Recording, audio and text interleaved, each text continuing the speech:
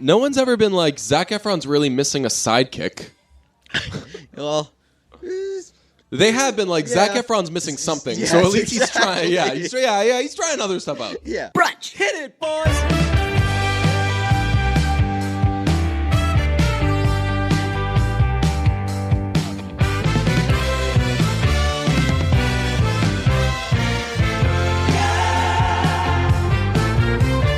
Okay, per special request, here it is, a Tuesday episode. They wanted it. They said, don't do Monday, give us a Tuesday. We obliged. Feeling a little out of sorts, but it's feeling out of sorts is a new feeling, and a new feeling is a good feeling. You know who said that? No. Me, on a Tuesday episode of Brunch. Okay.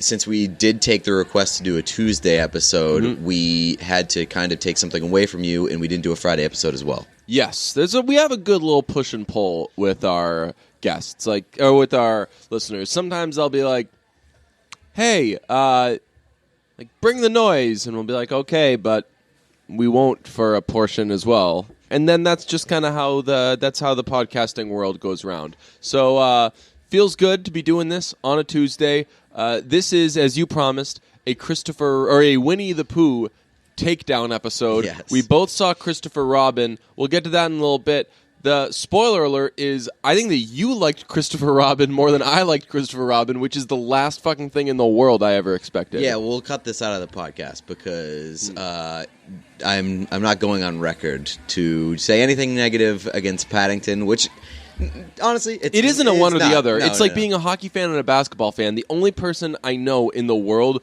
who's on record being like, I really like both sports until we came along this last year being Trailblazers was Michael Hawley. And for years, everyone was like, you got to pick. Which one are you? Don't pull that fake shit. And he's like, I like both sports. You can be fans of Paddington and Pooh.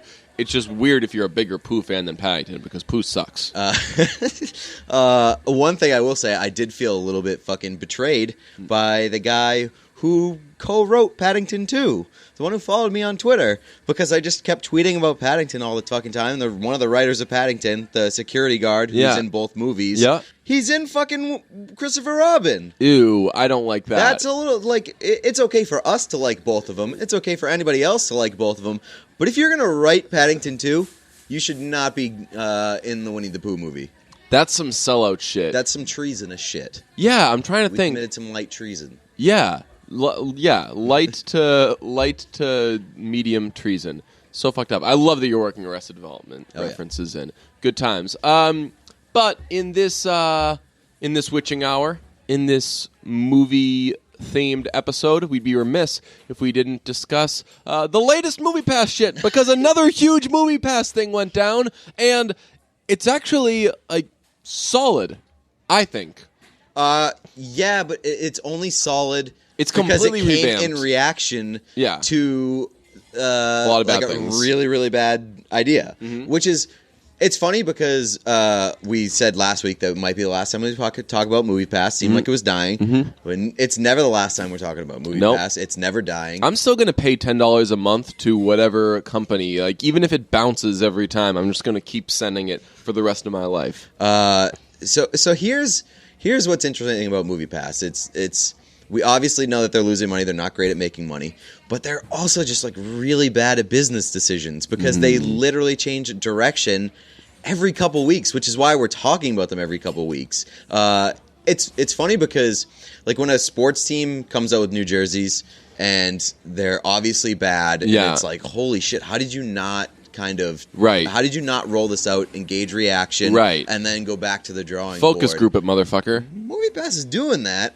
So, to their credit, they're coming out, they're listening to people, but they should probably have some focus groups first. Right, I was gonna say, rather than just releasing it to the public, being like, "This is our new direction." They kind of are focus grouping stuff, but they're focus grouping it by making permanent decisions that actually affect the way their business runs, so everyone sees it. The beauty of focus groups is that there's only 20 fucking people in the room, and they've signed something saying we're not going to fucking talk about this after. MoviePass is doing a focus group with the entire world that has Twitter. Yes. That is just massively risky, harmful to your business, but MoviePass, I can't decide. Like I've compared MoviePass to so many different things. First, I've said it's like a child with a credit card who doesn't quite know how to use a credit card.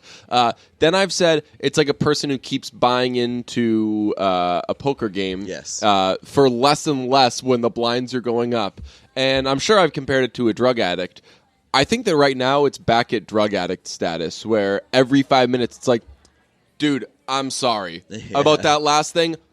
But listen, I've fucking figured it out. I'm good. This is what we're going to do. And you're like, motherfucker, in 3 days you're going to say, this is what we're going to do about something completely different. Like, think of how different MoviePass is right now from how MoviePass was like 10 days ago. MoviePass 10 days ago used to be a thing where you could go to select theaters and using your own money and not your MoviePass card, go to see movies, because this thing didn't fucking let you see any movies or do anything. And 10 days before that, you could go to any movie with MoviePass, and now you can go to 3 movies a month with no limits. I do think, though... It's some limits. Like, you still can't... I don't think you can see a movie twice. Maybe you can. I don't know. I 3 movies a month... They dropped the price back down to $10, and they have like some restricted showings, I think. Unbelievable. But they're actually like sort of opening it up to all the big movies, because the last update was that it was going up to $15 a month, and you could only see... They were blacking out like a lot of movies. They had very limited showtimes with limited movies, full blackout movies for some films, especially in the first couple weeks. So who wants to see a movie in the first couple of weeks it's out? Yeah. Right. No one's talking about the movie that's then. That's not a peak time. So now it's 3 movies per month for $10, which, I mean... It's probably what it should have been to begin with. Yeah, for sure. But is it started there, a better deal? A better deal with AMC now? Oh no, AMC is definitely a better deal. You think AMC is it's 4 times as many movies, right? And it's got. But it depends on your amenities. Location. In A-list is for amenities, because they give you all these fucking amenities. I've been just rolling around in the amenities. What amenities are you taking advantage of? Signing up in advance is a big thing. But this week I did find the first drawback of AMC A-list, and it is that you said, ooh, a drawback, and I said, ooh, this one's hot. I got to save it for the podcast. Yep. Prepare to be disappointed. It's a pretty lame drawback. When you sign up for a movie in advance, you are leaving yourself to be surprised by who's sitting where. So I signed up to see Cristopher Robin like a couple hours in advance, and then when I got there, the movie's about to start, and this fucking woman brings a child into the fucking movie theater. You did go see a Winnie the Pooh movie. And sits like right in front of me. I'm like, I picked a radius of nobody fucking near me. I'm going to be on my phone this whole time, and now you've disrupted my movie experience, woman with a child. That's a good point. Like, you do, with MoviePass, you do know exactly what you're getting when you walk into that theater, because you're buying your tickets 30 seconds beforehand. I have actually bought tickets in advance for MoviePass. So have I. I work right near the AMC theater that I go to most, so sometimes I'll stop off in the morning, get a ticket, go catch a movie after work. Very nice. I have a couple drawbacks because I used my first AMC A-list perk. Hey, to see you look Robin. Different. Yeah, your posture's better. Yeah. Have your pants shrunk? It looks like you're a little more well endowed than before. Thank you very much. Yes. A-list stuff makes your dick grow. Yeah. AMC A-list, boy, you gonna get bigger. Yeah. My first couple drawbacks for the AMC experience: one, you have to give your ID when you get your ticket checked. I didn't. I think really. I think that you may have just run into a... I saw fucking Cristopher Robin. It's not a rated R movie. I know, but it might have been like, Hey, who dropped you off? Are they going to come in here with you? Give me some ID, sir. It could have been that. There's no way you can afford the $20 per month that it requires on that allowance that you've got. Yeah. What are they paying kids these days? So I had to give my ID to the guy at the ID thing, or the ticket thing. Not a big fan of that. Yeah. And also, I just sort of miss the physical holding the MoviePass card in my hand and swiping it at the little kiosk and getting myself a movie. I've realized a beautiful thing about MoviePass, and again, just a treacherous business decision by MoviePass, is that they gave everybody a credit card for $10 a month. Which who the fuck wasn't going to sign up for that? Like, imagine having a credit card where all you got to do is pay off $10 a month, and like, there's no interest, nothing goes up. It's just you pay $10, they're like, you're good. It was Keep a credit spending. card, and the overhead must have been kind of just larger than it should have been. You didn't need to send us a credit card, right? A personally engraved credit card. Yeah. I feel like this is a part of MoviePass that's kind of gone overlooked. They right. sent everybody a personally engraved credit card. Yeah. And said, tell you what, you get this, give us $10 a month. Go wild, pal. Go, you know how expensive movies can be? Yeah, use this credit card at the movies. Those things are expensive. Go spend it there. Speaking of IDs, one drawback of showing people your ID, and we have the very friendly ticket taker at Burlington that we love. I forget his name. I think his name's Dan. Yeah, I think so. Big thing with that awkward experience of showing a ticket taker your ID. You probably don't get it. Do they? They always call you by your name, right? Yes. They'll say like, "Enjoy your movie, Peter," Yep. and you get called Peter sometimes. Call you David. Peter's close enough to Pete.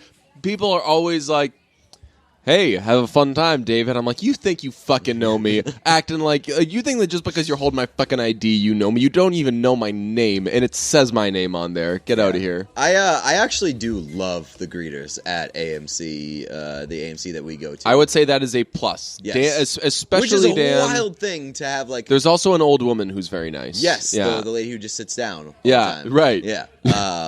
So it is wild that customer service is a plus at a movie theater in 2018. Right, where the only notable customer service experience I had experienced in the past year was watching a woman run out of a theater screaming about an active rat, and the people there being like, yeah, well, it's a movie theater. Right, what did you expect? Probably a rat in there. Sorry about that, lady. You know who would be a great ticket taker? Who? Is my man from Mamma Mia 2.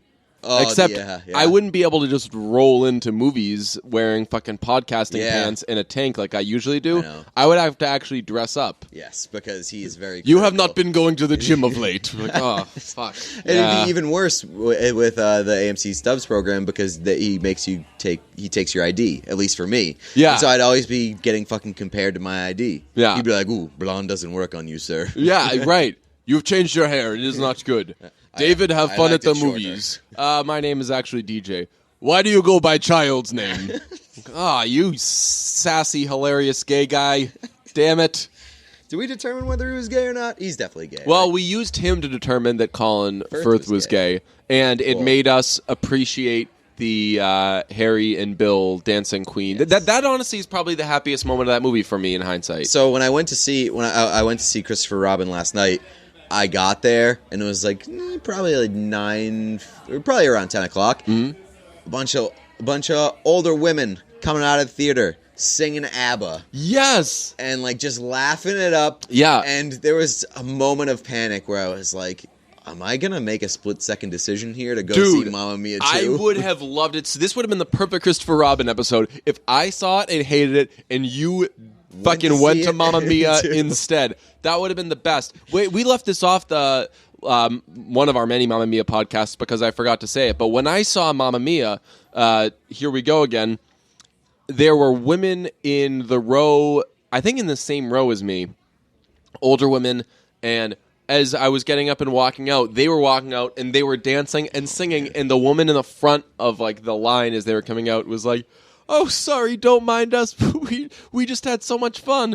I was like, "You think I mind that shit?" I was like, I was there too. I had so much fun. And then we were like gabbing and yeah, I was like, I loved that. And they were like, "Did you enjoy the movie, you sad boy who's alone watching Mamma Mia the morning it comes out?" And I was like, for the Yes. second time? No, this was the first Oh, viewing. really? Yeah, the second viewing, there was only, I think, one other couple in the theater, and it was an old couple, which kind of triggered me a little bit because I'm trying to get my parents to see Mamma Mia, Here We Go Again. I think my mom will like it.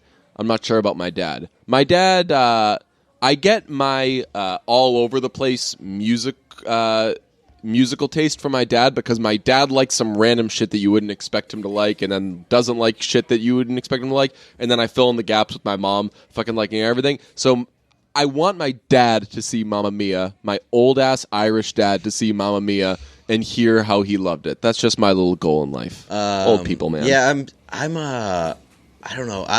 Mamma Mia just it makes me so happy, and I'm so happy that other people like it. A girl I work with came up to me last night and was like, DJ, guess what? And I was like, what could be the best news that this person could say? And she said, I saw Mamma Mia, Here We Go Again this weekend. And I was like, fuck yeah, you had a good weekend. Cool, mazel tov. And she was like, I didn't really like it as much as the first one.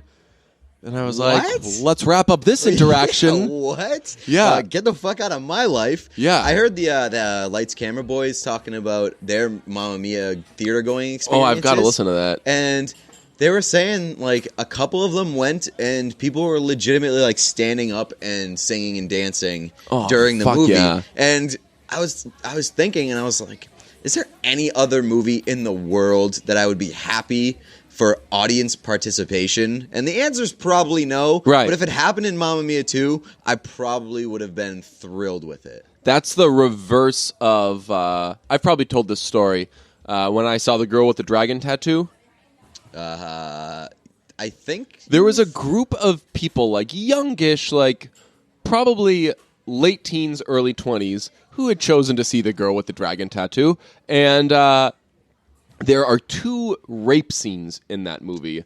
Didn't know that. They're one's this guy rapes the girl, And there's a revenge rape. and then there's a revenge rape scene that is graphic as fuck. It's a huge oh shit, Yeah. and they were fucking cracking up, and the whole a hush had befallen the whole theater of oh my god. And they were just laughing. So they're doing got him and shit like that. And I was like, oh my God. Yeah, you want bad shit to happen to this guy, but we're not, this isn't not the type of stuff that we laugh at. I would get up and clap and dance at Mamma Mia, Here We Go Again. Matter of fact, why don't we round up a little crew and have a Mamma Mia, Here We Go Again dance party where it'd be Flash mob. Yeah, exactly. Flash mob. We would all spring up. We would get different corners of the theater, and we would get up. Some of us would have to be located close enough so when there's the Bill and Harry scene, we can do the Titanic, hold on to each other. I actually think that the Bill and Harry thing is so good that it should, the Titanic should be called doing the Bill and Harry. Because the Bill and Harry thing, it was just... I don't know. I'm obsessed with it. It's everything I fucking stand for. It's as someone one of my best friends is gay, and that's kind of how we are. You know, Yeah. I watched that and I was like, oh man, fuck, just everything I stand for. I love those guys. And when my coworker was saying that she didn't really like it, I was like, did you go to the bathroom during the restaurant scene Or the boat scene, the yacht scene? What? Those are the 2 best scenes in that movie. I like the Dancing Queen yacht scene. Yeah. That's my peak. Yeah, that is the biggest smile moment of that movie. But if somebody wanted to say that Waterloo is their favorite scene, I probably wouldn't have a bigger. I an issue with forgot that either. Waterloo was good too. Yeah, Waterloo is the restaurant scene. No, I meant the restaurant where he sees the guy who yelled the drowning guy. Apollonia. Yeah. Actually, so I was in Maine with my family this weekend, and the Algonquin movie theater, which is a Abe Lincoln type theater, was showing Mamma Mia. Ooh. And I was checking the weather forecast. I was like, rain, come on. Yeah. Give me some fucking excuse to get these motherfuckers into this theater. And Nice. It did, but there was we had a baby with us, and it just couldn't be done. And it was event. I knew that it was going to reach a point where someone was going to say, Leave the baby on "Stop the saying." sidewalk for a couple hours and go see Mamma Mia. It was going to reach a point where I'd casually suggested it enough times that if I did it once or twice more, I was running the risk of having to have somebody say Listen, we're not fucking DJ, doing this. stop asking us to go see Mamma Mia. Here you go again. But across the street from the movie theater where they were showing Mamma Mia was a place that was called like Apollonia, whatever that name is. And I was like, man, we could have seen this movie, walked out of the theater, and then everyone would have been like, Apollonia. But no, the scene where they catch up and no one's listening to them that's really like... I think Waterloo is the best musical number in Mamma Mia 2, but the yacht scene is the best scene. You know what I've been bumping a lot, though, is at the end when they do the Bollywood ending, Super Trooper, sung by Cher and Meryl Streep, which doesn't make sense at all. And it's like the cast, And we've talked about it. I just love the guys in the bar with the beer. It's the only time... Mamma Mia does do the thing of like, hey, let's have the guys be guys and be men. I mean, they do it in the first one when they're on the boardwalk and they're jumping around with the flip-flop things or with whatever those things are called. What are those called? The water flips? Flippers. Flippers? Is that what they're called? I think so. Yeah. Where like the bachelor party is, hey, you want to go stand... I do like the idea that like Mamma Mia has guys, but guys that are willing to sing and dance, to do the Titanic, and do the Titanic, and be gay, and that's like, again, we're just what a fucking progressive movie because there are gay guys out there. Oh yeah, yeah, for sure. So if you haven't seen the movie by now, we've given you so many reasons. I think. What would you say?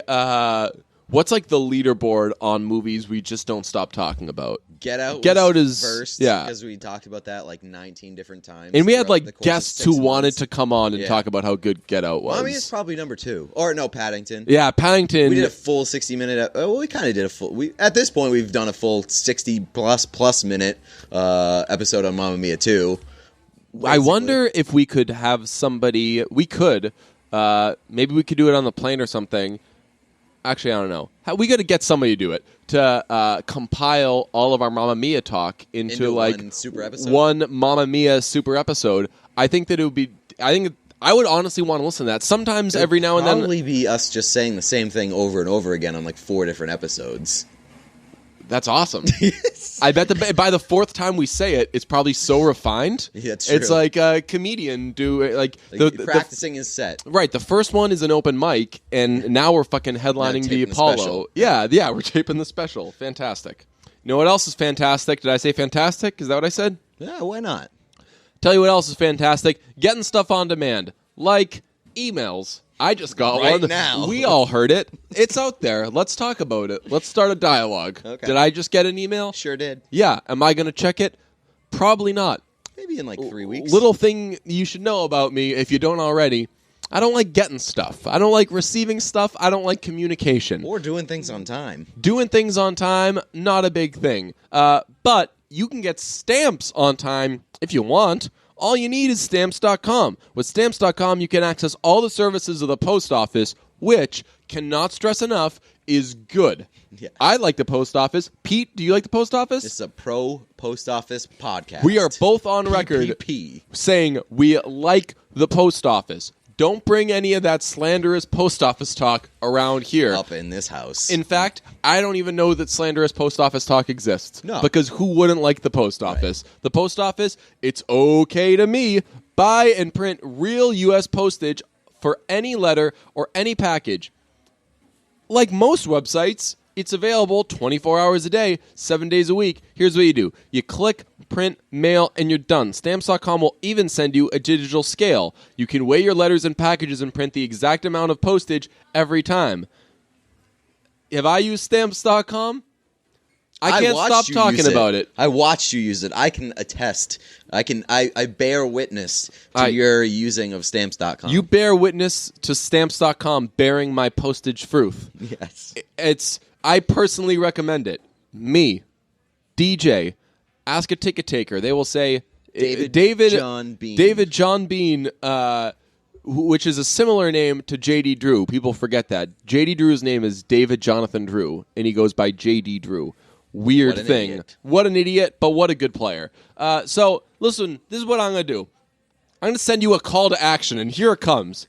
Right now, use BRUNCH for this special offer. It's a 4-week trial. It includes postage and a digital scale. Don't wait. Go to Stamps.com before you do anything else. Click on the radio microphone at the top of the homepage and type in BRUNCH. That's Stamps.com. Enter BRUNCH. BRUNCH. It's a Stamps.com podcast. Before we get to our Christopher Robin review, we have a Zac Efron heat check. We do? Yeah. What? But it's like a literal Zac Efron heat check. E! News posted a picture this week of Zac Efron and his brother just like working out together, shirtless. Ooh. Sweat. Baby sweat. Yeah. Baby sex is a Texas drought. You and me do the kind of stuff that only Prince would sing about.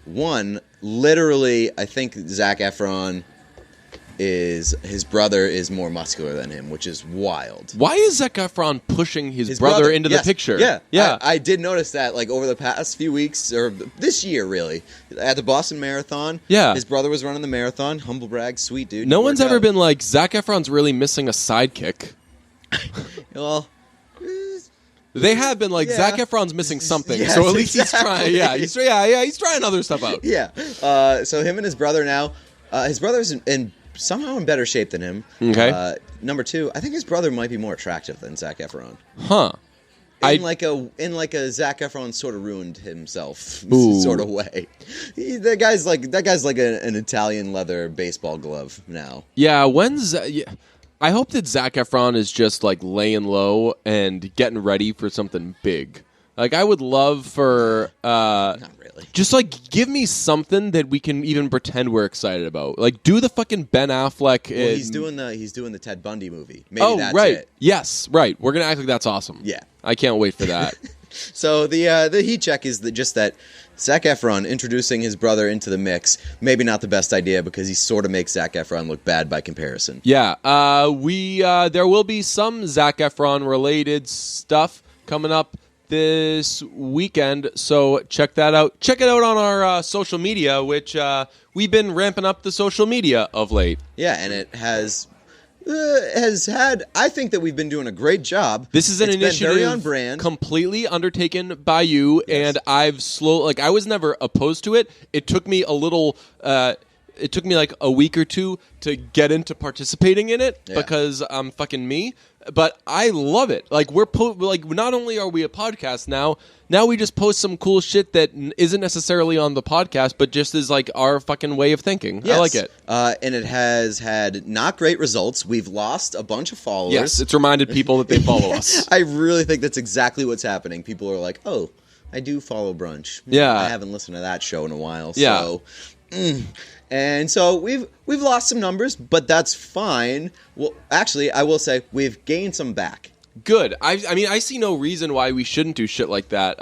Lights Camera Podcast does it in an awesome way. They're more trying to get they're like shameless, right? They're more trying to get like social engagement. We're more like this podcast, just like putting out shit that we think is funny to us. Like I texted you something the other day, and you were like, "Don't text that to me. Just put it on the brunch thing." Yeah, and I was like, "MoviePass is now a $5 concession coupon." Yeah, which great job. If they hadn't have made this move, they were pretty close to that happening. Probably. Yeah. So if you want to engage with us or follow us on social media, our Twitter is Listen to Brunch, our Instagram is Listen to Brunch, and that's about it. We're going to be in Atlanta this weekend Yes. with Randy, so we're going to, much like if you folks were around when we went to Lollapalooza, we're going to be doing a lot of shit from the Brunch Instagram and Twitter accounts.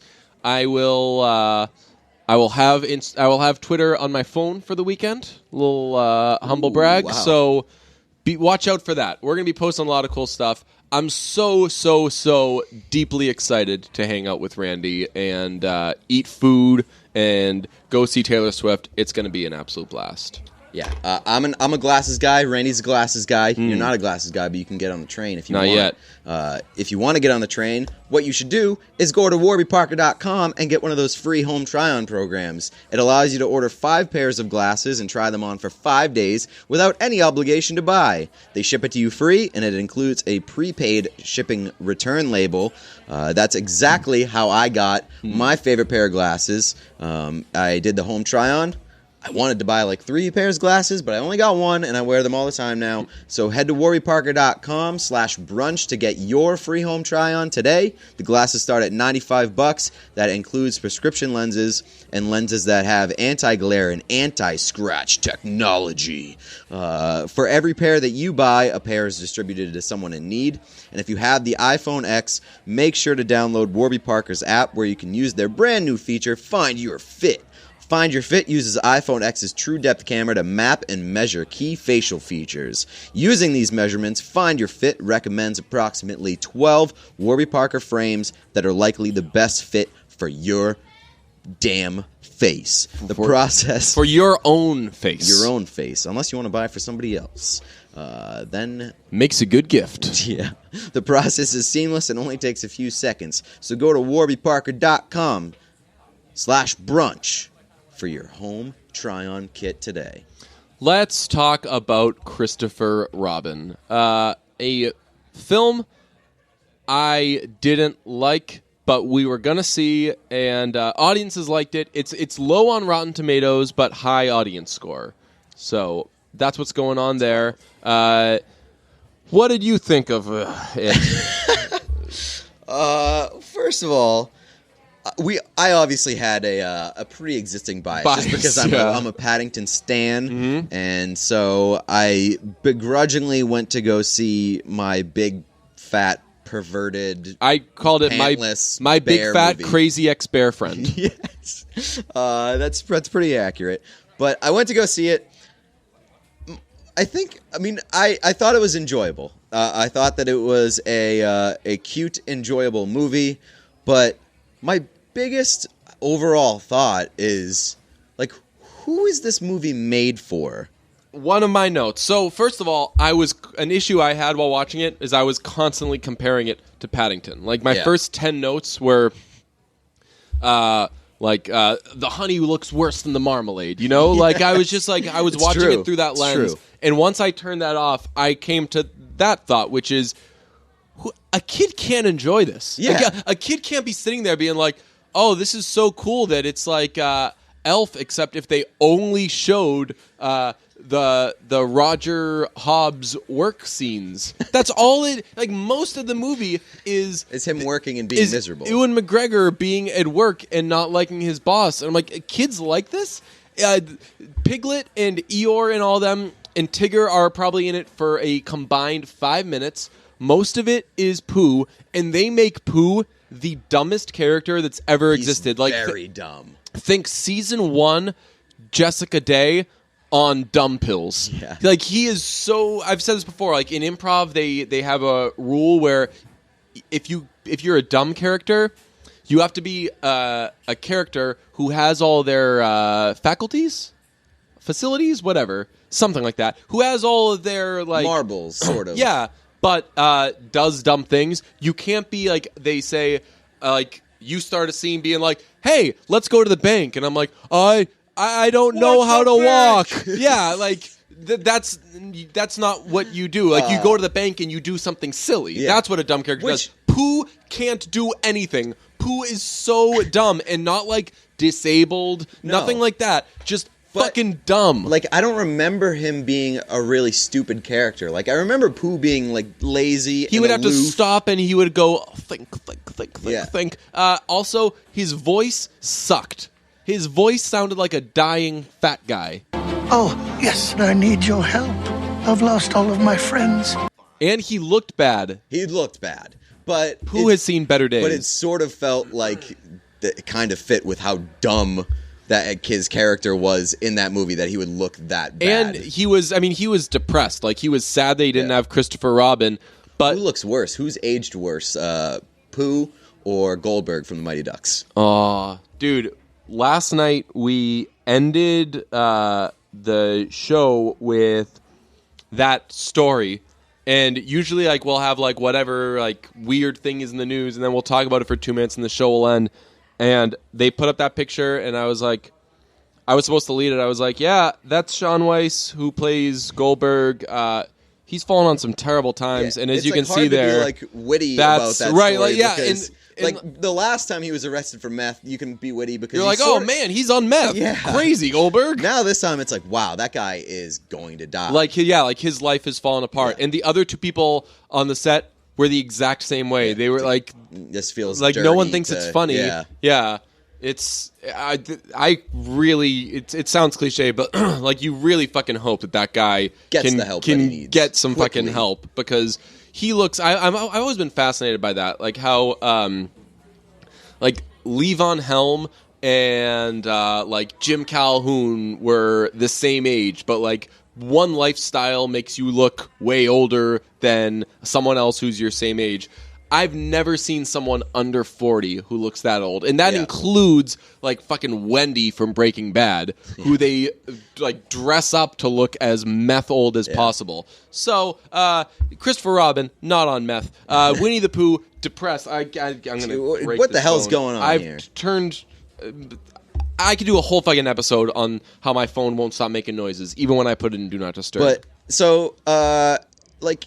I thought that it was enjoyable. I thought that it was visually great, except for the animals. Well, except for See, Pooh. I didn't like, think it was visually good. I thought that it was shot really well. Like a lot of the scenes where they were sitting on the log from behind, overlooking the Stop nature. saying you liked from behind shots in a children's movie. Oh God. So I thought there were a lot of scenes that were cool, but again, like they were done in a very adult, sort of dark, gritty way, and it just felt weird to me watching a Winnie the Pooh movie that was sort of entrenched in the fact that like adulthood kind of sucks, and the perils of adulthood and losing your inner child. Like I was like, what kid is going to enjoy this? This is a Winnie the Pooh movie for adults, right? And a lot of the commentary on adulthood, I thought was like a bad message. Like this is a guy who's supporting his family. He's got a child. His wife doesn't work, and he's like the earner in the family. He has to work a lot, and he's like, there's like a lot of like, you're a bad guy for working. Obviously, like he wants to spend more time with his kids. It's based around they're supposed to go away for the weekend, and his boss makes him work, and it's like this mandatory thing, and he does everything he can to get out of it, and he just can't. And they paint it as, you asshole, you're going to go work instead of being with your family? And he's like, he doesn't fucking want to, but he's, unfortunately, this is the responsibility that he has. Yeah, but I mean, like, there are people that overwork and sort of just, like, don't pay enough attention. So it wasn't, but, like, to stick with the Roger Hobbs, I think that's his name, he was like an asshole in Elf, the father in Elf. Like, he doesn't want to be around his family. Right. He's a miserable guy. Oh, he just works, and that's all he fucking cares about. That's not what Ewan McGregor is like. He does have like that kind of inner child in him still. He wants to be it, but he can't let it out because he's being worked so hard. Right.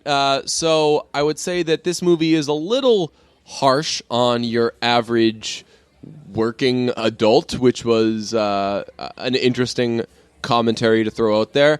But if this was in 2018, Ewan McGregor would be all set. He could just be an Instagram star with his fucking talking animal friends, and he could stay at home all day with his kids. This movie was not a straight to Twitter movie because it has some commentaries that really make you think. Here's a fun little toss up for you. Yeah, Brad Garrett? He is the voice of Eeyore. Oh yeah, more suicidal, Eeyore or Robert from Everybody Loves Raymond? Well, so I would lean Robert, but Eeyore's first scene with Cristopher Robin as an adult, like, just kill me. He's trying to die. He's just kill me. Right, like that. I was thinking, do not like, interfere. I am trying to kill myself. Yeah, I was leave like, me alone. That was one of a few like, does this movie know what it's saying moments that I had? Like, I kept, again, throughout the movie, I was like, who the fuck is this movie for? Yeah, it is a weird movie because you're like, I don't understand. There are other ways to convey for. hopelessness than just let me die scene. There could be like hey, go on without me, go play your game, I'm just going to hang back and play by myself. He was like, he's in the water trying to die. Eeyore like wasn't a loner. Eeyore was legitimately depressed and a suicidal donkey. Yeah, which, man, that's one way to be typecast, man. Brad Garrett, we got to get Brad Garrett like a poppin'... A happy episode with Brad Garrett. Yeah. I Can Be Happy, starring Brad Garrett. Did I tell you, have I ever told you about the time I saw Brad Garrett? No. I was in Toronto, Ontario, and we were at like a cool rooftop bar, and I was with some baseball writers, and John Tomasi says, "Oh, shit, Garrett Anderson's over there." And I was like, "Oh, cool, where?"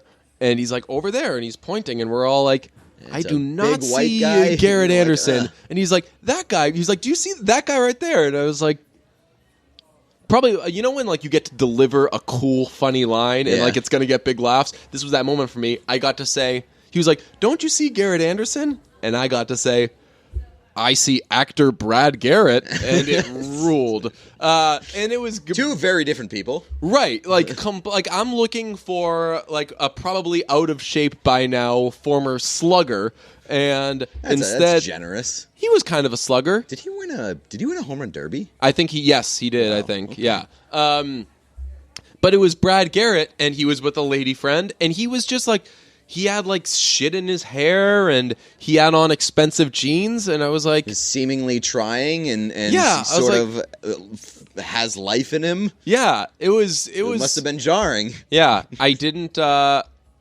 that was one of the times I was pissed that I'm not, like, a go over and say something and take a selfie thing. I don't think selfies existed back then, but that would have been awesome. What would that selfie look like? What kind of angle would I need to shoot that with to get Brad Garrett and myself in the shot? The bottom of your chin. Yeah, no, it would be the top of my hair and the bottom of Brad Garrett's chin. You think we could get Brad Garrett on? I hope so. I think so. Tried Christine Baranski. That didn't work out too hot. Maybe, yeah. I'm still hot on Baranski Things' trail. I've noticed. It's an automatic retweet, unless it's like a weird thing, because sometimes it'll be like, Christine Baranski wearing these types of shoes, and I'm like, uh-oh, this isn't one of those.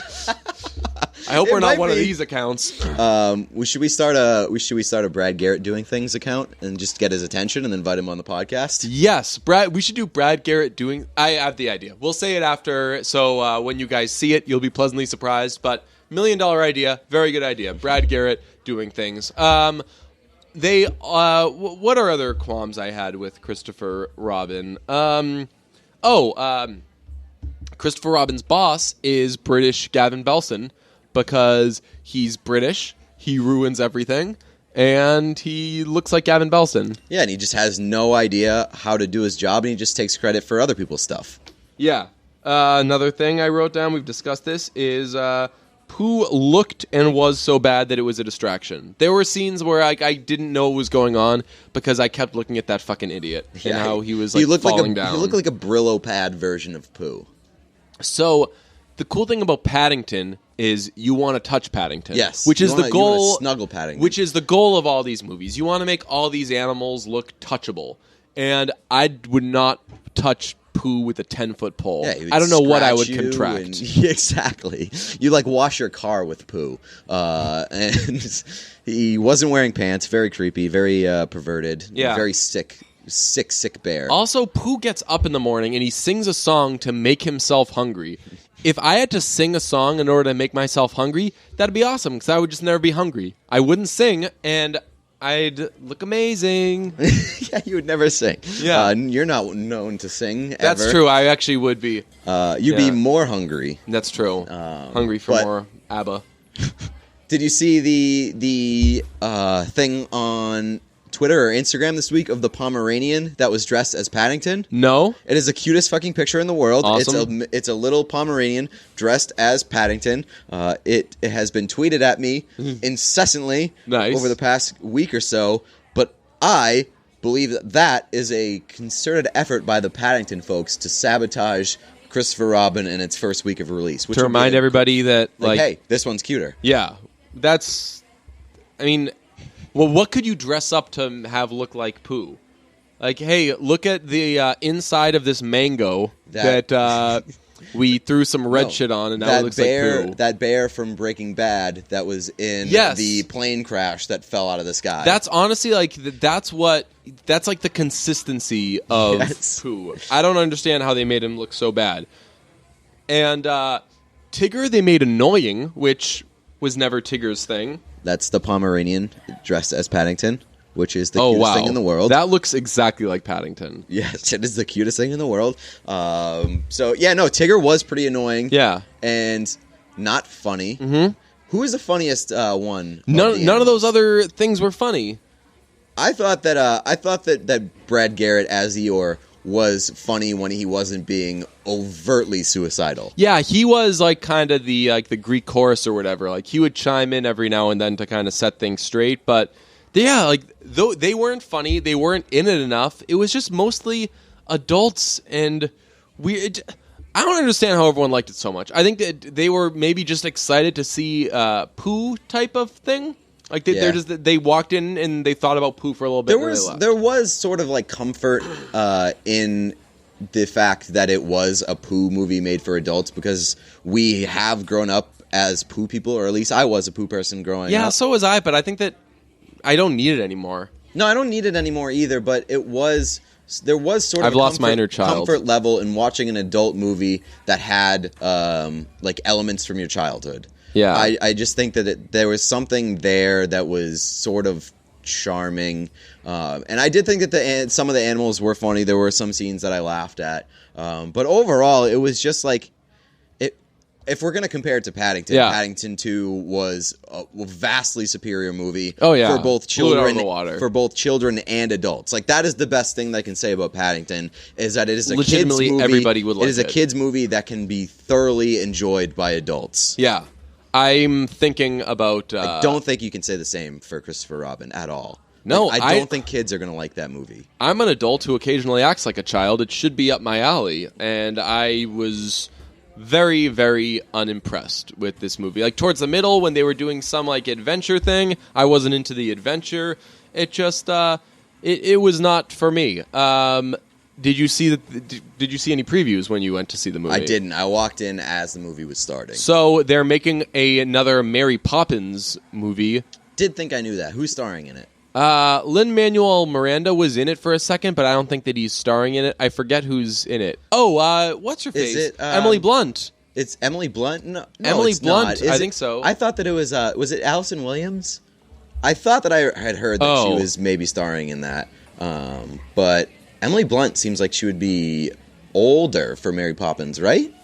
Emily Blunt, I would say, is only like 10 years older than Allison Williams.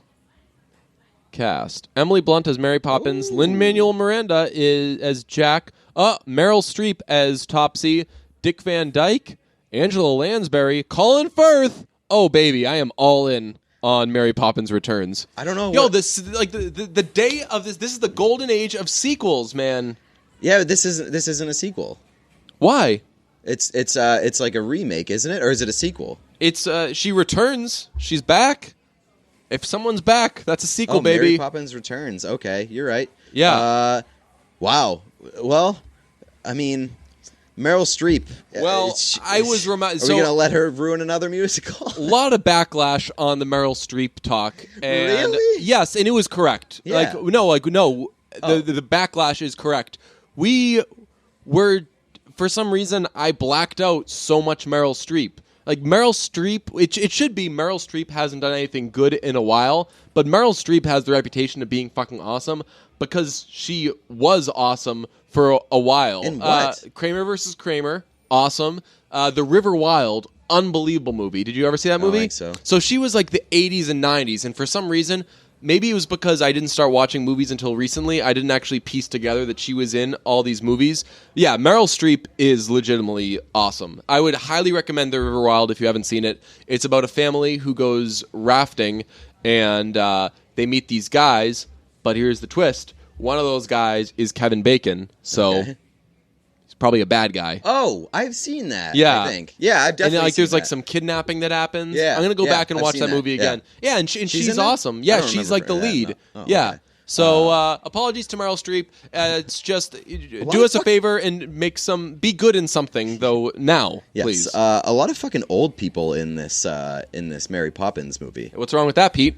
Not a big fan. Yeah, They're same. old and close to death. Yeah. I had a terrible old person experience this past weekend.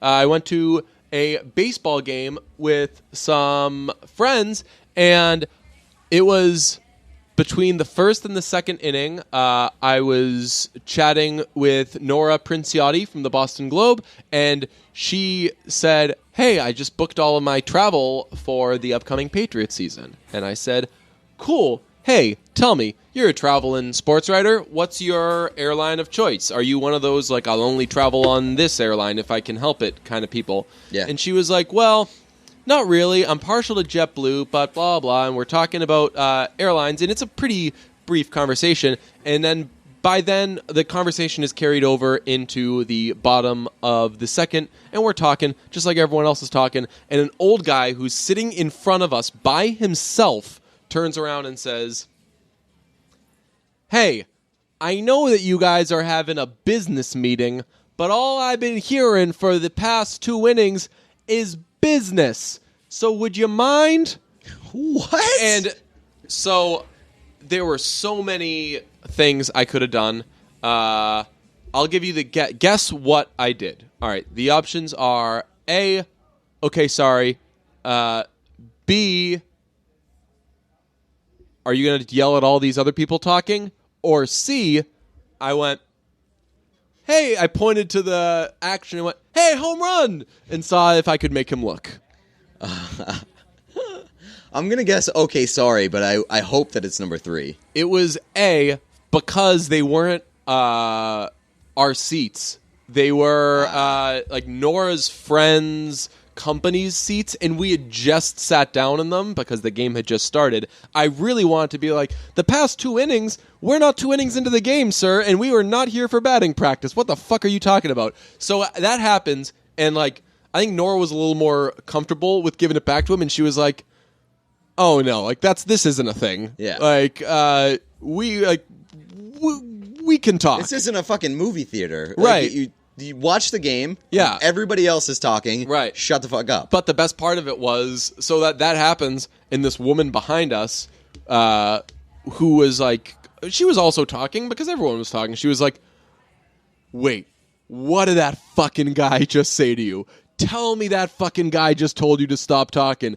Oh my fucking God, I hope that fucking guy tells me to stop talking. Oh, and like the guy that she was with was like, "Okay, settle down." And she was like, "Oh, I fucking need it. I need this fucking old fuck to tell." She wasn't saying that, but like she really wanted, like, "I dare you to fucking tell me to stop talking." But I just really kind of took crazy. it, and I was like, "Oh, sorry, sir," but my next move was like, "Okay, I'm getting a beer," because that was a Holy ridiculous thing. What an asshole. He left like in the 4th inning, of course, because old. Yeah. But it was just a crazy go thing. die. I sat there in silence for like 30 minutes after, and Nora was like, "Yo, you good?" And I was like, I was just playing out like an entire shook? episode of Brunch Yeah. over. No, I was just like imagining like the conversation that could be had over the idea of an old That's guy crazy. turning around and honestly, you know what it was? I think it was, and this guy didn't know it. An old guy heard a girl talking at a baseball game about something that wasn't baseball, and that shook him in his deep down beliefs. So I really would have liked to be like, "Hey, you don't know this, but you're sexist as fuck. Turn around, you fucking idiot." What a jerk, though. Yeah. Isn't that crazy? That is a wild move. Like, I've never been yelled at a baseball game for talking about things that other than baseball, because baseball games are 8 hours long. Yeah. And you need to entertain yourself somehow. And like very shortly after, he started talking to a stranger because he had also been turning around trying to talk to us about sports. Like there was like a high and inside pitch, and the guy turned around. He was like, "Oh, here we go," and I was like, "I'm not one of those. Like I'm not going to be like, oh, hit him, bro." So like maybe it's just, I mean, it sounds like that outburst was just straight up out of loneliness. And he wanted somebody to talk to. And he couldn't insert himself into a business conversation. Yeah. Well, hey, direct this back to baseball so I can join in. Right. He shortly after, he and some other guy that was there started talking about baseball. And probably about the olden days, I imagine. Maybe Racist about like something. stuff? Yeah, like I was there when such and such happened. People love saying whether or not they were at the game. And I said to Nora, I was like, I could tap him on the shoulder and be like, excuse me, we work in sports, so you are discussing business right now. Please stop. All I've heard the last 39 innings is business. What an old asshole, though. Yeah. And this was how old the guy was. He was wearing a shirt that said Maine on it. Oh, no. And he was wearing a hat that said Maine on it. So that was my Maine man.